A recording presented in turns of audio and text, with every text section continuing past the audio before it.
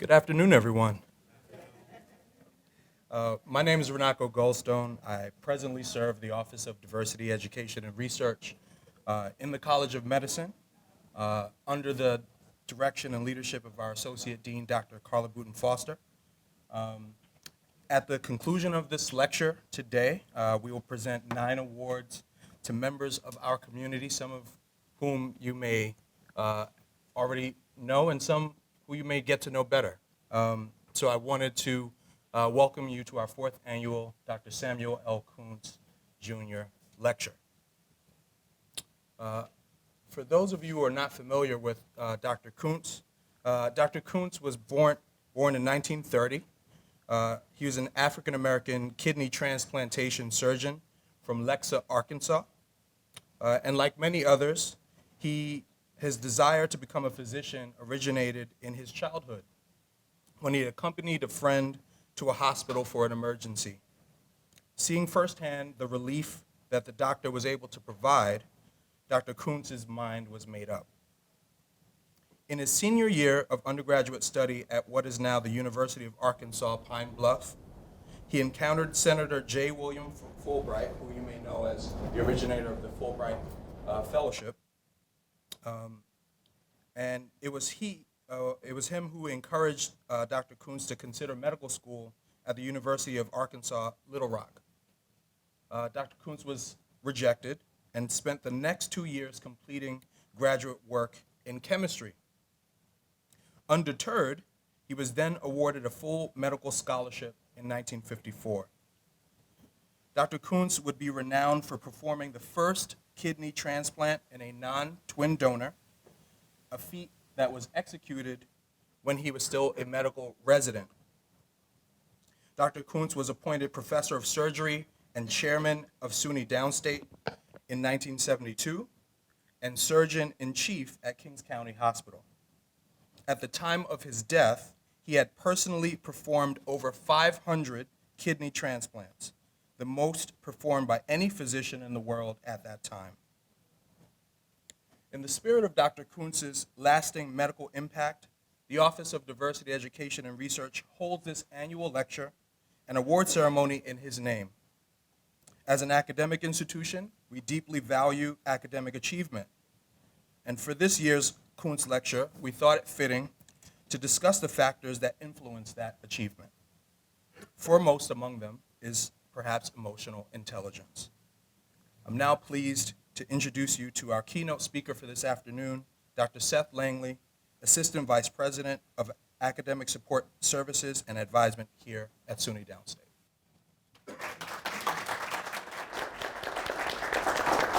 Can you plug that in for me? Thank you. Good afternoon. How are we all doing? Good, good. How's your emotional intelligence doing? You all right? Well, that's what we're going to talk about today. We're going to explore what that means. But before we really get into emotional intelligence, I just want to pause parenthetically and discover, what do we mean by intelligence? Have we really operationally defined intelligence? So what's intelligence? Anybody know? What do you mean by intelligence? All of you intelligent individuals in here? Not that intelligent. Define yourself. What does it mean? All right? Just take a stab. Anybody? Yes? The ability to do things. Ability to do things. I like that. That's a part of it. That's one thing. We'll take that. Ability to do things. Give me a couple more. Yes, sir? The ability to do things in different situations The ability to do things in different situations and respond to the environment. and respond to the environment. I like that. That's complex. Okay. Maybe one more. One more. From this side of the room. It's a quiet side. Let me come over here and talk to you all. Give me something about emotional intelligence. Give me a characteristic about emotional intelligence. Anyone? The ability to deal with other people productively. I like that. You got to get together with him and put a good definition together. So let's break down intelligence. I'm going to give you 3 characteristics of intelligence that's going to basically set the groundwork for what we're going to talk about. So intelligence, I'm going to use the operational definition. There are many definitions of intelligence, but I'm going to use the operational definition of intelligence to mean 3 components. 3 components. One of which is the ability to acquire knowledge. The ability to acquire knowledge. That's intelligence. That's one. Second of which is the capacity to rationalize and problem solve. And then the third of which is the ability to solve problems in a new way. The ability to solve problems in a new way. So I want to take the latter, the ability to solve problems in a new way, and start from there to kind of segue into the notion of emotional intelligence. So if I said to you, I want to figure out a way to knock down one of these walls so that we can build a more effective structure in this building, what might I do first? Anybody? What might I do? If I want to acquire knowledge, if I want to be able to have the capacity to think and reason in the abstract, and if I want to think creatively to solve new problems. So how might I go about knocking down a wall? You need a plan. Do what? You need a plan. Plan. Plan. Okay, what might a good plan be? How much is it going to cost? How much is it going to cost? So we're thinking budget-wise. What else? I'd like to know what it's made out of before I get started. What is it made out of? I like that. Planning, what it's made out of. What else? I was going to say, go look at the blueprints, make sure it's not a load-bearing wall or something. Okay, blueprints, planning, cost. Consult with an architect. I don't know anything about Architect. Come over here. I'm going to stay over here for a little while. How might I knock down the wall? Tools. See, y'all cheating. I'm coming over. Okay, y'all giving them the answers. So let's say I took this wall right here. It's a pretty strong wall, right? That looks load-bearing. It's what? Load-bearing Load-bearing. How did you know that? because of the thickness and the way that it's propping up the ceiling. So you had some kind of experience with that, right? So if I told you I'm going to knock down this load-bearing wall, what's the first thing you think I need to do? Well, I'm going to attempt to do that. Can we do that? Can I try to do that with you all? How do you think I can do that? All right, I'm going to knock down the wall. Anybody ready? Do I need to take off my jacket to do this? I don't think so. All right. Ready?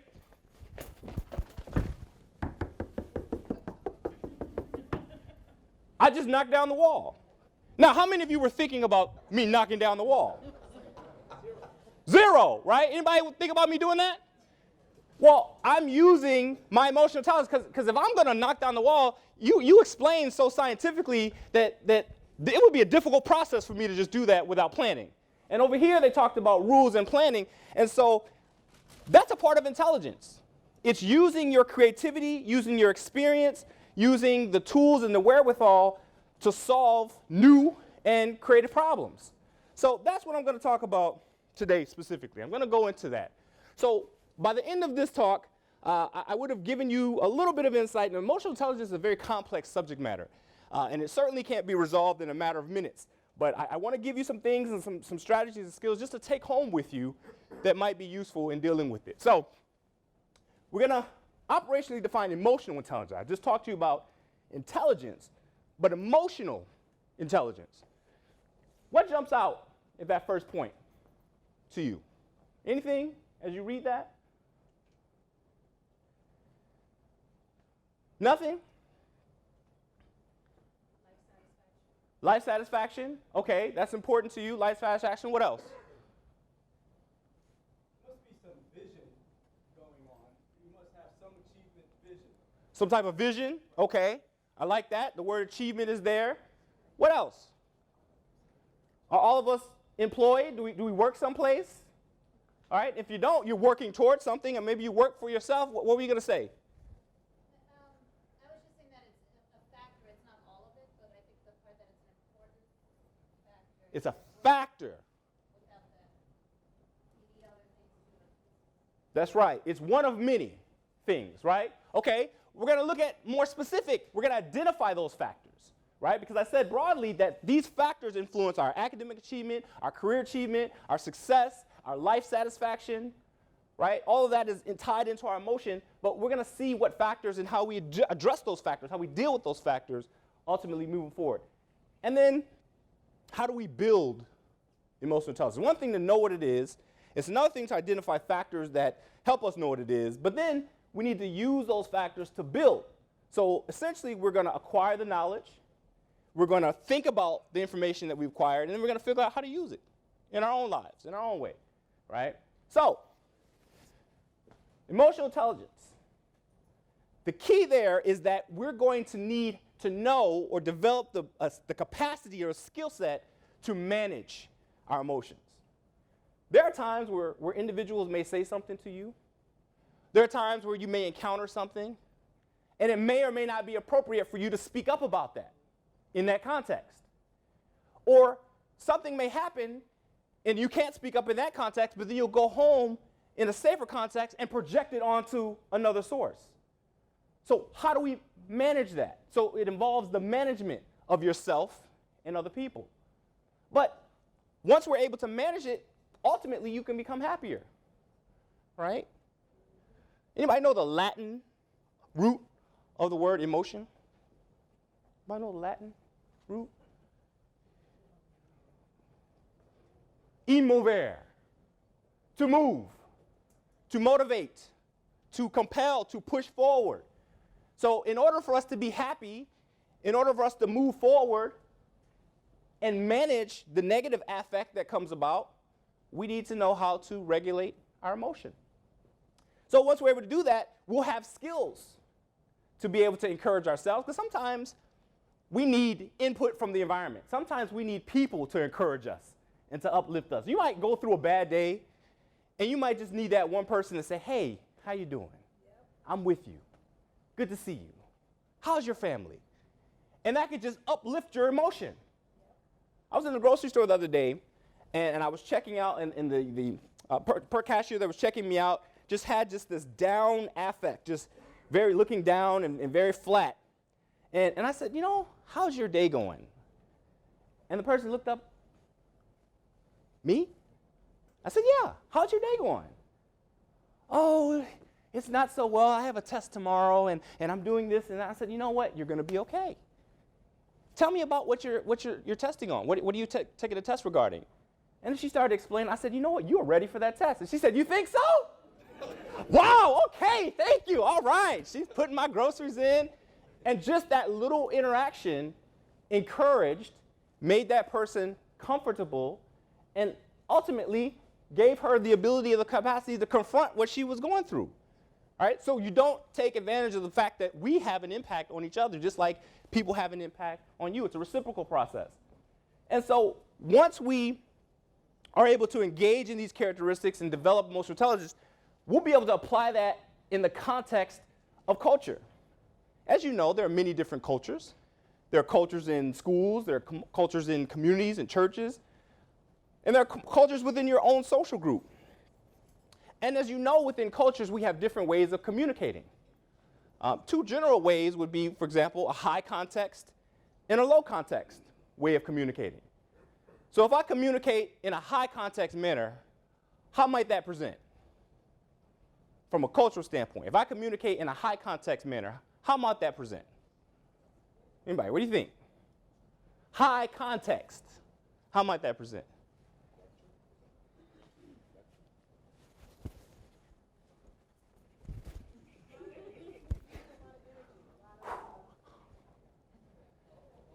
So I'm communicating in a high context. So what does that mean? Because sometimes you encounter someone who's telling you a lot without telling you anything based on the context. So high context is communicated non-verbally, typically. It's left up to a high degree of interpretation. So sometimes I have a friend, I'm just going to give a brief example, that whenever I call them or whenever they call me, I have to gauge their voice. And actually I save them in my phone as proceed with caution. And so it requires a great degree of context. So if I, hello? I already know it's coming. But if I say hello, and it's silent, I'm like, okay, there's a chance. So that's high context. Low context then means what? What's low? If high context is generally left to a high degree of interpretation, low context generally means what? Straightforward statements, verbal interactions. I don't like that suit you're wearing. Well, thank you. I like it. Or shoot, I liked it until you just told me you didn't like it. Low context. Yes? I didn't see the word It's coming. It's coming. It's packed in there. We have to set the groundwork. We're going to get to, though. I like that, though. We're going to get there. All right, since you're going to move me on, let's see what's going on with the brain. So now, what happens when the brain processes? First of all, is emotion processed consciously or unconsciously? How do we process emotion? Is it processed consciously through the brain or unconsciously? Unconsciously. Why? Because it happens before you think about it. Happens before you think about it. It's intuitive, right? So the process of the brain, so first of all, sensory stimuli. Things you see, things you hear, things you smell, things you taste, sensory stimuli enters into your brain, whether you pay attention to it or not. All right? It's called sensory memory. Now, the thalamus is the part of the brain that takes that information in and says, what do we have here? And tries to make sense of it, does a quick scan, and says, okay, I think this is safe enough. Let me hand it off to the next section of the brain that's going to take it from there. And that next section of the brain is the hippocampus. And the hippocampus takes that information and says, have we experienced this before? Is this a safe thing? Is this a dangerous thing? Have we responded similarly to this? Or is this a new situation? Do I have to knock down the door?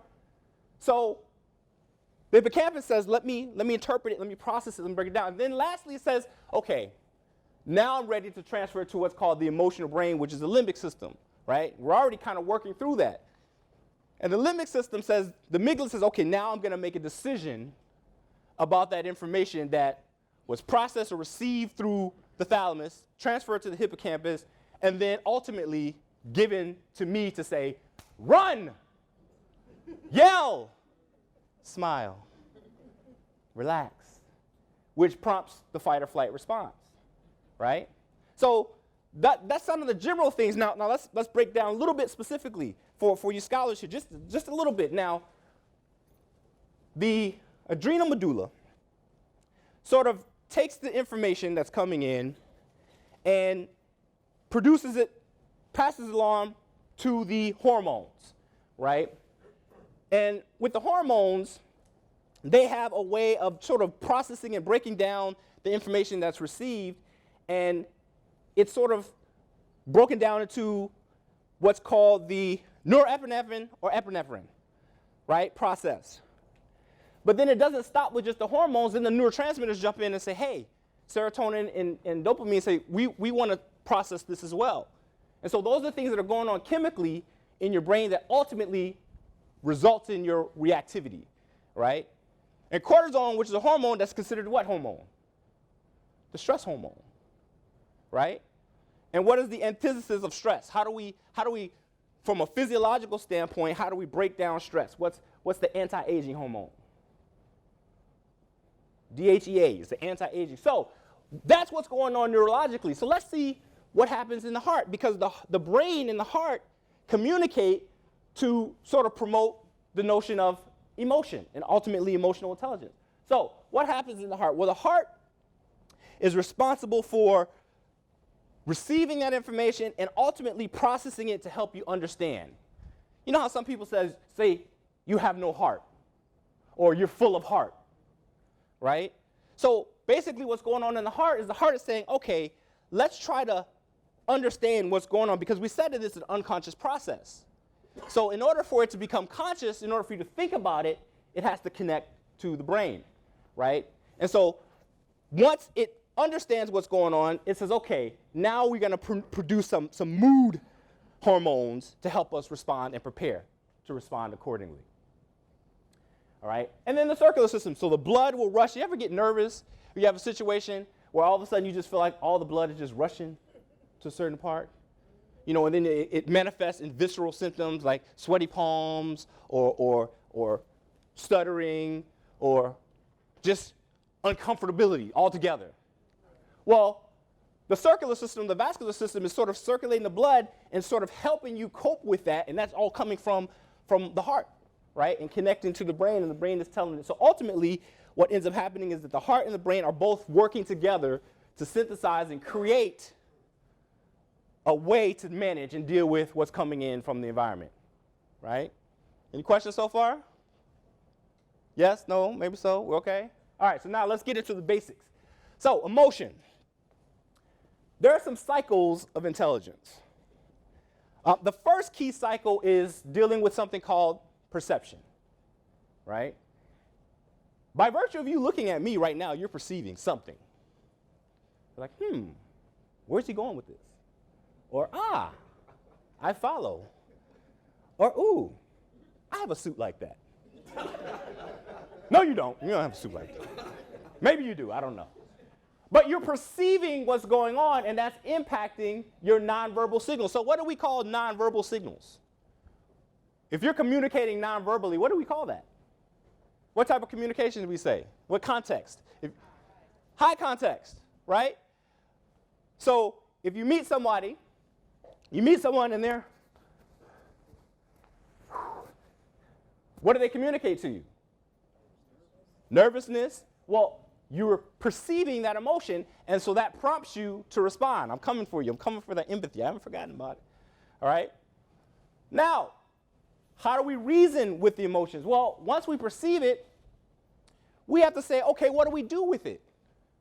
Right? Everyone has what's called a worldview, right? A worldview, which is the ability to basically process and construe input from the environment. Whenever you meet someone, you have a certain perspective on that interaction, whether you're aware of it cognitively or it's subliminal, right? So that's another way of intelligence to help you manage what's going on physiologically and ultimately between your brain and your heart. So how do we comprehend the emotions? Well, we have to be able to understand that emotions carry many different meanings in many different contexts, right?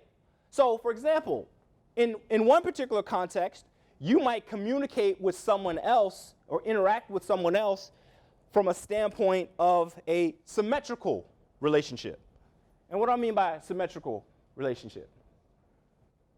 From an emotional standpoint. So I'm perceiving these emotions, I'm looking at what's happening, or even within the context of myself, I have to understand what's going on from a symmetrical standpoint. What does symmetrical mean? When you think of the normal curve, what do you think of? Same on both sides. You think of balance, right? So emotional intelligence requires you to strive for, or once you've attained, to maintain balance, or being symmetrical, or equilibrium. So once we understand and perceive these emotions, we have to be able to regulate, understand them, processing, and interact with others. So now let's look at the factors. Now we're into these factors, right? So the factors here are important. So I'm going to go through and highlight key things from each of these factors to ultimately put together a complete package of being intelligent emotionally. So where do we want to begin? Let's start with self-perception, because I think emotional intelligence begins with you. It begins with the self. Right? How can you be able to be in a position, or how can you position yourself to be effective for others in a social context if you're not together yourself? So it starts with self. Then it moves over to how you get into the interactions with other people. And then your decision making, and then ultimately how you manage your stress. So let's start with it. So there are 5 factors, 3 skills, and 15 competencies. Let's take the first component and let's focus on that just for right now. Self-regard. When you think of self-regard, what do you think of? What do you think of? Self-regard. Yes. Ego. Okay, in what sense? I like that. Ego, in what sense?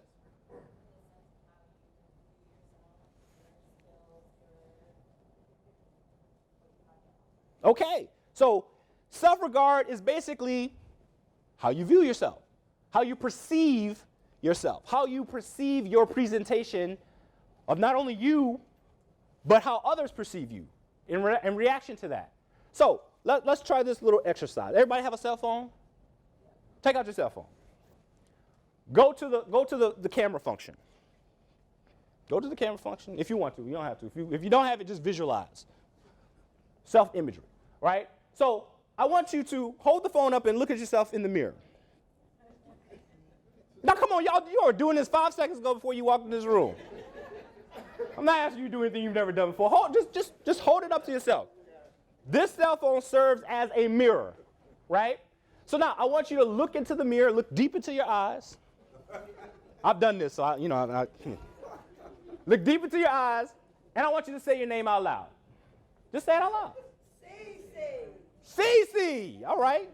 Go ahead. Say it out loud. You said so. I did. You're right. Right? Now, when you say it out loud, and then you sit back, and you say, how did that make me feel? Did that make me feel proud? Did that make me feel uncertain? Well, that's your self-regard. Embarrassed, maybe? But I wasn't embarrassed. Okay, good. So that's your self-regard. So how you regard yourself. Now that self-regard is tied into your cognition and your emotion. So, for example, you've heard of the term self-esteem.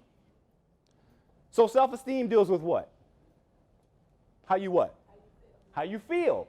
So self-esteem is your emotional reaction to looking yourself in the mirror or facing the challenges that you may face. But self-concept is how you think. And your thoughts sometimes can influence your emotions. Now, self-actualization. What's this notion of self-actualization? We think back to where we learned about Abraham Maslow years ago and the hierarchy of needs. Once you reach self-actualization, what happens? You've done what? You're happy. You've arrived, right? Right? According to Maslow, only a small percentage of people can actually reach self-actualization, but according to emotional intelligence, we all have the capacity to reach self-actualization. So what does that look like? Well, motivation. In order for you to become self-actualized, you have to somehow develop the desire and the intrinsic need or push, right, to overcome your challenges, because there will be challenges. But with self-actualization, it says despite the challenges, despite the things that you might go through that are difficult, you're able to sort of pick yourself up and say, okay, what do I need to do to move forward? Because if from an achievement standpoint, and we're talking about academically, how many, you have to raise your hand, have experienced a bad test or bad performance? Okay. And whether or not that bad performance derailed you entirely or slowed you down, and how you react to that has a lot to do with your self-actualization and how you recover, right? So there are things that are challenges that are come up, but you want to make sure that you can strive to be the best you can be. Motivate yourself. Try to help seek out positive things from an outlook standpoint that will help you move forward. Now, emotional self-awareness. If you're the type of individual that becomes aware when they're starting to go from 0 to 100 real quick. If you're the type of individual that realizes that your emotional aptitude is rising to a point where you need to take a step back. Or if you're the type of person that doesn't realize and just automatically lashes out once it gets to a certain point, that's where your emotional self-awareness comes in. You have to begin to introspectively look inside to figure out what are my triggers. When I see that person and they throw a microaggression towards my way, a micro insult, a micro invalidation, a micro assault, how do I react to that? If someone stares at me a certain kind of way, what are you looking at? Depending on the context, right? So that's your emotional self-awareness. So how do you resolve or build the skills to deal with emotional self-awareness? Well, you want to check in regularly. You want to sort of self-regulate and identify when you find yourself in situations where you're starting to feel your emotion get out of control. Does it occur in the morning? Does it occur after lunch? Does it occur when you're hungry? Does it occur after a particular event? Well, we need to regularly take an inventory of when those emotional events occur. So now that we've identified that, let's go into something called self-expression. Because this is very important. Because now once we've identified what's going on, we have to be able to say something. How many of you have ever encountered someone who's passive-aggressive? No one in downstate. I'm talking about people outside of not downstate. Outside of downstate, down the street, down there, right? So that stems from self-expression, right? Because that person who's expressing those things have not quite gotten to a point where they can balance from a symmetrical standpoint, that ability to regulate their emotions. So, emotional expression. What does that mean? Being able to let people know without going overboard that this bothered me. One of the most effective ways to do so is something called an I statement. Anybody familiar with what an I statement deals with? What's an I statement? I see some nodding heads. What's an I statement? When you tell someone not what they feel, but how you feel about something. Great. What would be an example of that? Anybody have an example of an I statement? I really feel bad about what you just said to me. I really feel bad about what you said to me. I really feel bad about that. Right?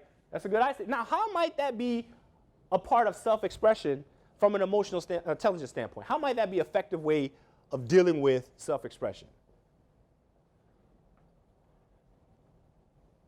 How do you think? How might an I statement help you to express yourself in a way that does not necessarily result in a passive-aggressive reaction? Aha! It's non-confrontational. Particularly how you say it. I don't like how you said that. I dare you to say it again. You talking to me? That's confrontational, right? Now, from an academic standpoint, I've seen this happen in classes that I've taught a lot of times. For example, I noticed a situation where a student came in a little late to a lecture and asked the person next to him or her, I came in a little late, may I borrow your notes after class? You know, I'm sitting like a row or so behind and I'm listening and I say, sure, no problem. And so then right after class, the professor says, okay, we'll stop here, we'll pick it up next time, we'll see you. And then everybody gets up and this student gets up, grabs their things and walks out. And the student is like, I thought. So that's an example of a passive aggressive. So that was how that person expressed themselves in a nonverbal way, but it was passive but aggressive at the same time.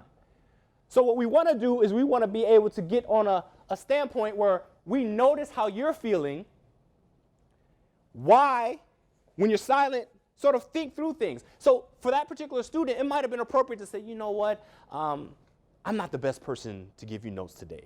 I'm just really going through some, you know, please ask someone else. And that's all you have to say, right? So sometimes you have to just use the I statement and deal with it. Now, where are you on the continuum? With this passive-aggressive notion, you want to strike a balance or symmetrical processing between being passive. In some cases, you know, certain things are just not worth fighting. But then in other cases, you need to step up and say something, right? I was in the line the other day, and someone just cut in front of me. Just walked up with the things and just put the things on, and I'm just like, I have to go somewhere. But I had to make a decision. How was I going to handle that? Excuse me, I was in line. I'm sorry, you probably didn't notice. The line starts back here. Or I could, you better get. Or I could have just grabbed the person, you know. So aggressive. So the best way would have been, you know, excuse me, I message. I was here. I'm not sure you realized. But there's a line, and you weren't a part of it. Okay? And ultimately, it leads to your being able to function independently from a self-expression standpoint. You know how there are some individuals who you give them the microphone and you don't know what they're going to say or how they're going to say it? So in that particular instance, emotionally, that person may not be able to function from an independent standpoint. But what we want to do is we want to strive to get to a point where you're able to realize these things and function independently and develop new skills to enable you to do so. All right. Now we go, Dr. Landsman. We're here. Emotional, interpersonal. So interpersonal relationships deal with three components, right? You have the empathy and the social relationships, the social responsibility, and the interpersonal relationships on each side of empathy. So what is empathy? Enlighten us. What does empathy deal with? Invitation to emotional intimacy. Intimacy. I like that. Okay, so what's the difference between empathy and, let's say, sympathy? Is it the same? What's the difference? Help me understand. The way I look at sympathy is expressing an understanding. I understand what you're going through. I understand your pain. For me, empathy is just really naming the feeling that you see.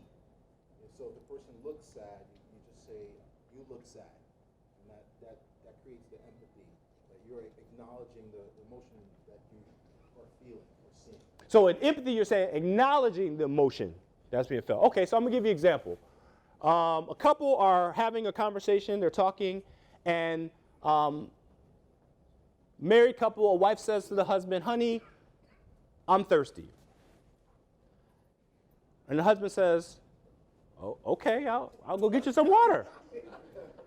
And the wife says, no, you don't understand. I don't want that. And the husband's like, well, wait, you said you were thirsty, right? And he says, no, I didn't want you to get me water. I wanted you to connect with me. And he's like, with water? So he says, okay, well, what did you want?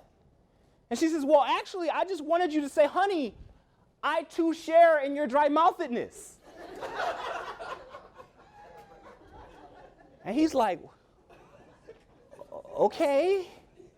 So, empathy, sympathy. What's the difference in that example? What's the difference? Yes? So with sympathy, you're acknowledging someone else's condition. With empathy, you're sharing their. Okay. I'll go get you some water. That's acknowledging I'm thirsty. Sympathy. Yeah. I too share in your dry-mouthedness. That's empathy. So with empathy, you have the ability to understand and relate to what that person's going through, right? Now, some people go so far as to say, oh, I have to be able to put myself in that person's shoes. No. That's not necessarily it. You need to be able to understand what that person's going through and relate on a level that demonstrates. So, for example, culturally, we have different cultures. There are different customs. There are different. In some cultures, shaking hands is not appropriate. For a woman to shake a man's hand is not appropriate in some cultures. Right or wrong? Right. So, but if I insist that I shake your hand, right, interpersonally and from an empathetic standpoint, I'm not understanding your culture. Does that make sense? So for me to not understand that, I'm approaching that situation from what's called an etic standpoint. E-T-I-C, etic. What does that mean, etic? I'm still talking about empathy. I'm talking about interpersonal. From an etic standpoint, E-T-I-C, what does that mean? Etic. In my example, I shook that person's hand, even though they are attempted to shake that person, even though they said, no, I'm sorry. That's not appropriate in my culture. No, give me your hand. I'm showing something called etic. That means I view that person from a culturally universal standpoint. Everybody has to shake hands. I mean, that's just a custom. That's what we do it. That's an etic. But if I looked at it from an emic standpoint, E-M-I-C, that's more of a culturally specific standpoint. So I can understand, oh, okay, that's okay. I understand. Thank you. And respond appropriately. So that's how I would express empathy from that standpoint. So empathy relates to how you interact with people interpersonally and how you have the responsibility. Because with your worldview and how you perceive things, you have an internal or external locus of responsibility. You can perceive something and do nothing about it. You can be aware that something is emotionally frustrating and do absolutely nothing about it. Or you can. And so that will determine whether you have an internal or external locus of responsibility, which is what that deals with social responsibility. Now, decision making. Well, decision making deals with a lot of things. How you solve problems, how you reason. Think about the cortex in the brain that's responsible for problem solving and higher order thinking. Well, you have to gather facts. And when I was talking about how to solve the problem, all of you were giving me a great advice on how to gather information, how to solve, how to build things before I knock down the wall. Well, that's your problem solving. But how does problem solving relate to emotional intelligence? What's the connection here? What's the connection between problem solving and emotional intelligence?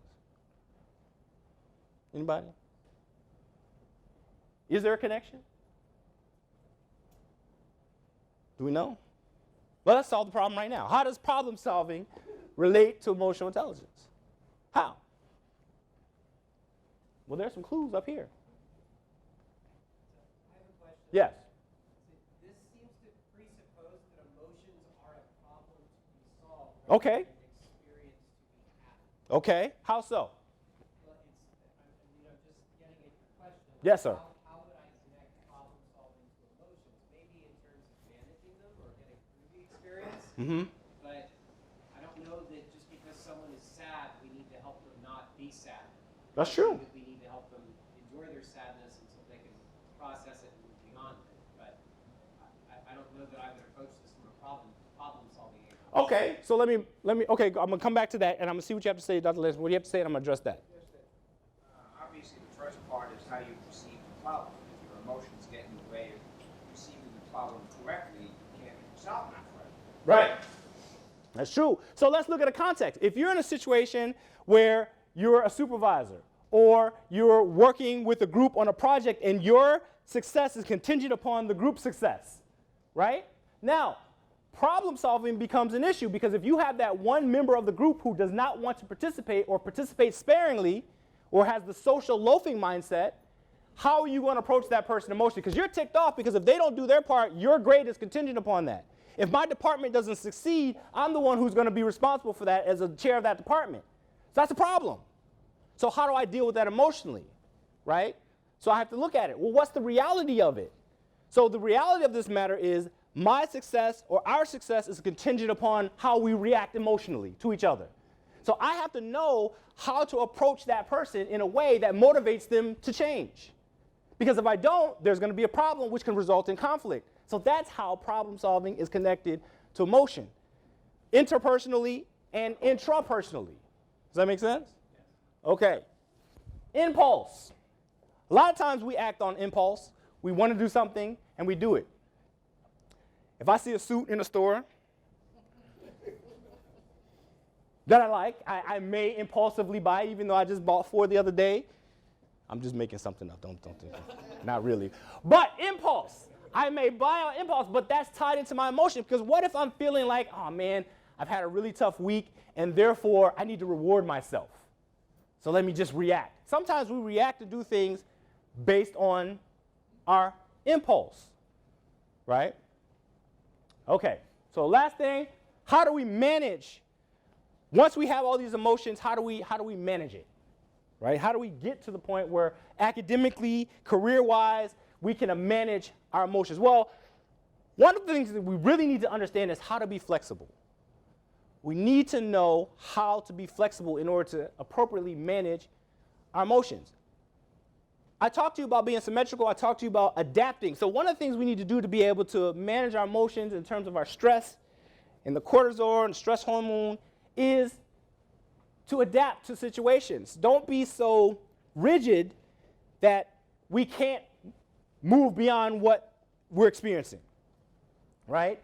So think about certain strategies that you might use. There are certain resources you can overcome or look up to find out how you can become adaptive, right? Well, tolerance is another issue. Once you become more cognizant and aware of your own emotions and the things that bother you or impact your ability to achieve academically, career-wise, or otherwise, you begin to find doable techniques, things that work for you. For example, self-talk. How do you encourage yourself? How do you build yourself up? How do you get to a point where you're able to say, I can do this, or I need to make an adjustment to figure out how I can reorganize things so that I can, right? So that's what helps build up your tolerance. And then the last thing is you want to have a sense of optimism, your outlook on life. If you have a pessimistic outlook on life, it's going to be very challenging for you emotionally. You ever meet someone and you walk up to them and say, hey, how you doing? I'm fine. Oh, gosh.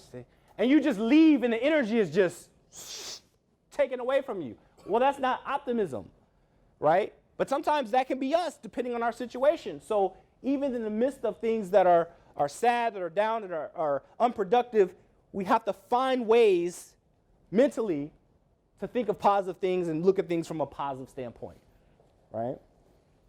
So these were just a few things that we can kind of consider to build up our emotional intelligence.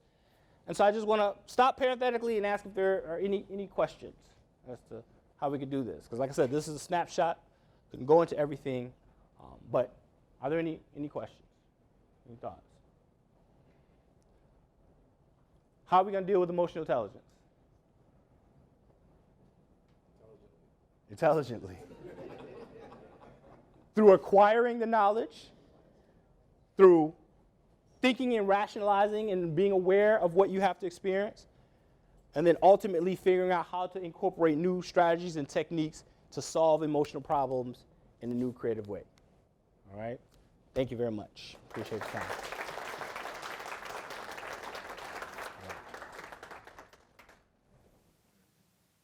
Dr. Langley, thank you very much for that engaging presentation.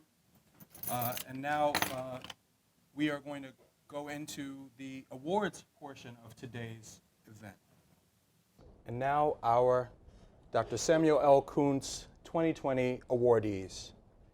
Dr. Seth Langley, Dr. Ross Clinchy, Dr. Mark Stewart, Dean of the School of Graduate Studies, Dr. Ernest Garnier, Dr. Alexander Schwartzman, Dr. Edward Heilman, Mr. Tony Parker, Mr. Tim Morello, and Mr. Ted Hamilton.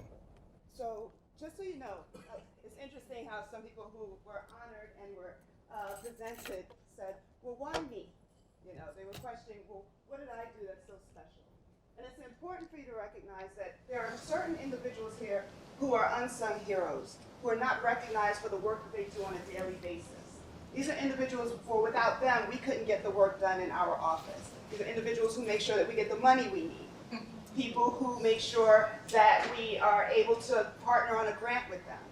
People who mentor our students. You know, so often our students come back and say, I really enjoyed being with that physician. He really cared about me. He really paid attention to me, and now I know what I want to do for the rest of my life. These are all comments that we get from the people that we serve through our office. So it's critical for us to be able to honor these individuals, to let them know that we see you, that we know that you work hard. And the fact that you don't even recognize how much you've done means your head is in the books, you're working every day. We see you running to meetings. We see you running to different offices trying to get paperwork handled. And some people think that that's not important, but it is.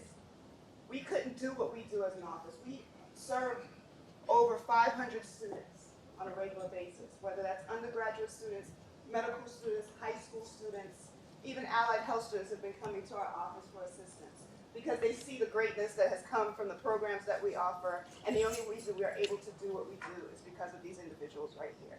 So we're very proud to have all of you here. We're so excited to honor you, and if no one else has told you that you've done a fabulous job, we want to make sure that you heard it from us. So thank you so much. Thank you.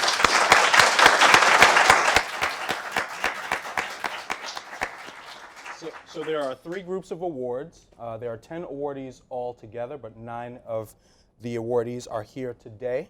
Our diversity champions are individuals whose tireless work aligns with the mission and vision of the Office of Diversity Education and Research, instilling a diverse and accepting culture.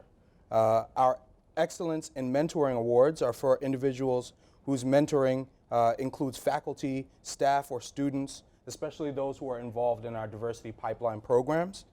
And certainly our service awards are for those individuals whose skills have also been used for the benefit of voluntary service, but certainly service as it relates to the work that they do on a day-to-day basis. But we recognize them for going above and beyond. So with no further ado, I'd like to present the awards. Our first awardee is also our keynote lecturer for today. So I'd ask for Dr. Seth Langley to come to the front, please. I think I see him in the background. Working on my emotional intelligence. On your emotional intelligence. Oh, Thank you very much. Thank you. Appreciate it. Thank you. Oh, there you go. Our next diversity champion, Dr. Ross Clinchy.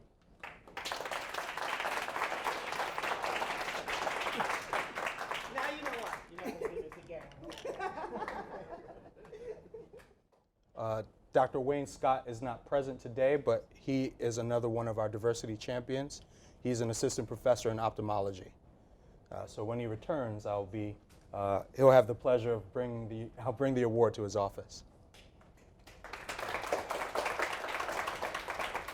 Dean Mark Stewart is our next diversity champion. Congratulations.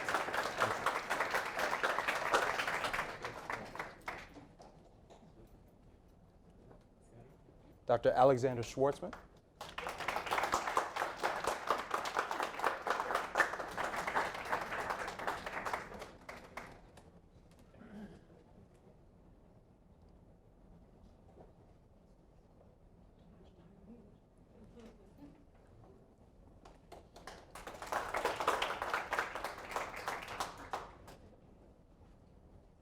Dr. Ernest Garnier. Congratulations.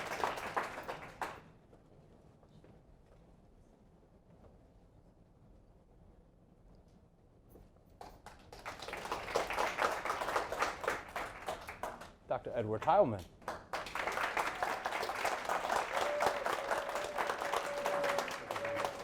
Congratulations.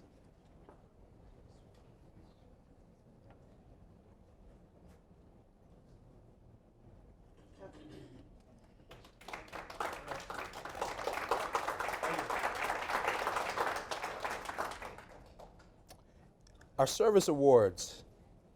Mr. Tony Parker.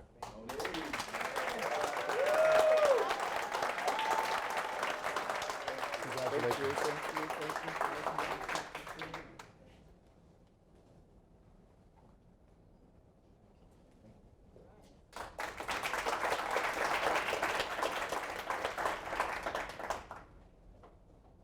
Mr. Tim Morello.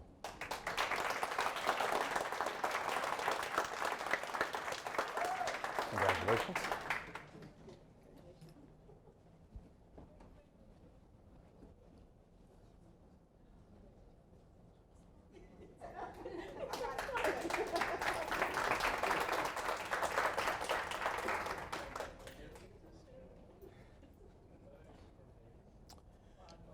And of our service awards, our community service award, I'd like to ask Dr. Carla Booten Foster to introduce. Hey, y'all.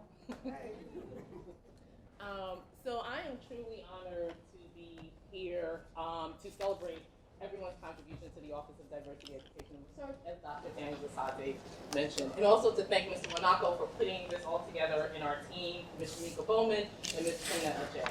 So this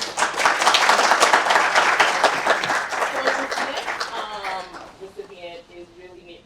I love all of you. So Mr. Hamilton and I met actually at church, and we started working together. He is a high school teacher, math and science teacher at Erasmus Hall. And in order for us to develop emotional intelligence and the ability for our talented students to become medical students, we really have to start early. So our pipeline program, as Dr. Daniel Zasade mentioned, starts out in high school. And Mr. Hamilton is one of those community champions who loves his students. He brought an entire football team here where our medical students work with them. We're working together on a program known as SWAG, Scholar Student Athletes with Athletic Goals. And the goal of this is to really tap into the tremendous resource that our athletes have, and to really let them know that they are important and they're valued in medicine. So we're looking to all of you to participate in SWAG, Ms. Tina and Ms. Bowman.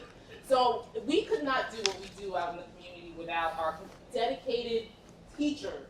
I mean, this man has been everywhere. On a Saturday, he'll go and tutor, he'll go to a conference, and we're just so honored to work with you and to partner with you and to help bring more diversity to SUNY Downstate. So, Mr. Hamilton.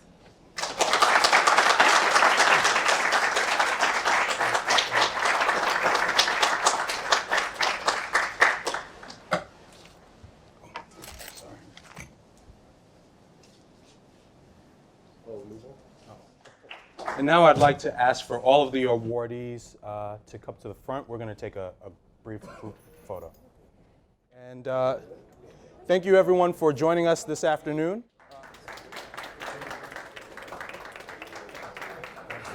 holding on.